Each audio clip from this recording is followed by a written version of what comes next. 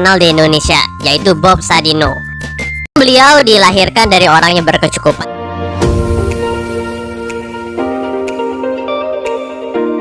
Usaha yang terkenal di Indonesia, yaitu Bob Sadino.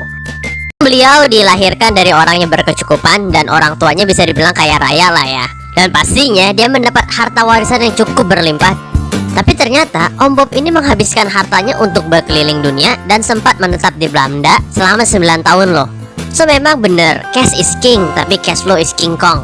Mau sebanyak apapun harta lu, ternyata kalau selalu dipakai ya pasti habis juga bro. So at the end, Om Bob dan keluarganya balik ke Indonesia dengan modal 2 mobil Mercedes. Satunya dijual untuk beli tanah dan rumah, dan satunya lagi digunakan Om Bob jadi supir taksi. Tapi sedihnya, dia terjadi kecelakaan yang parah dan jadinya mobilnya nggak bisa dipakai dan rusak parah gitu. So saking jatuh miskinnya, beliau jadi kuli bangunan dan cuma digaji 100 perak per hari pas takhir di tahun 60-an. Lah, tapi kok kenapa Om Bob bisa berhasil menjadi salah satu pengusaha terkenal di Indonesia ya mas bro? Memang dari semua tips dan cerita inspirasinya, yang gue pelajarin adalah dari pola pikirnya beliau. Om Bob memiliki pola pikir orang kaya. Kenapa? Memang dikarenakan dia dibesarkan di keluarga yang sudah cukup kaya kan. Jadi pola pikirnya sudah terbangun semasa dia kecil, dan selalu ikut sampai dia jatuh dan bangkit lagi.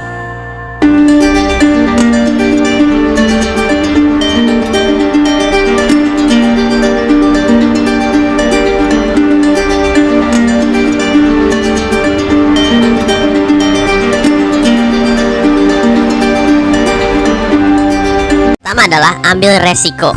Menurut beliau, resiko harus diambil karena dia percaya high risk high return, dan bukannya untuk kurangi resiko atau hilangkan resiko. Karena dia percaya di setiap resiko selalu ada peluang. So dia ingin selalu mencari resiko. Malahan Om Bob mengatakan dirinya sebagai pembunuh resiko, karena dia nggak mau cari resiko yang kecil-kecil doang, maunya gede-gede.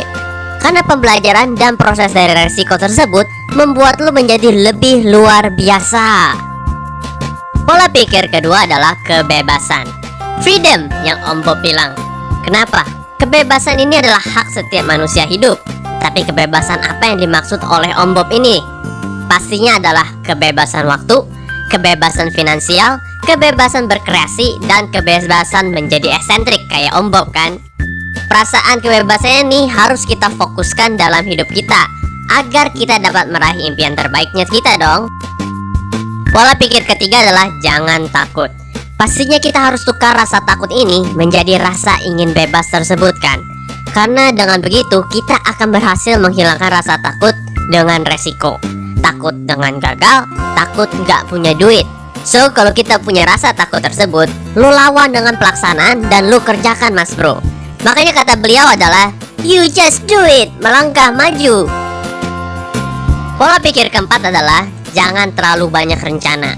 Terkadang memang benar, kalau kita terlalu banyak buat rencana, pada akhirnya kita tidak bergerak, gak kerjakan hal yang semestinya kita lakukan. Karena ada yang namanya analysis paralysis. Kalau kita terlalu banyak analisis, kita akan menjadi takut dan terdiam. Bukannya rencana gak boleh mas bro, tapi secukupnya. Karena dalam hidup ini tidak selalu mengikuti rencana dan ekspektasi kita. So kita harus pinter-pinter gimana caranya untuk manuver dan melangkah. Bukannya kesel karena tidak mencapai ekspektasi kita.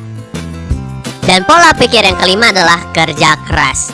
Pas Om Bob baru mulai berjualan telur negeri, dan pada saat itu juga telur negeri masih aneh untuk warga Indonesia.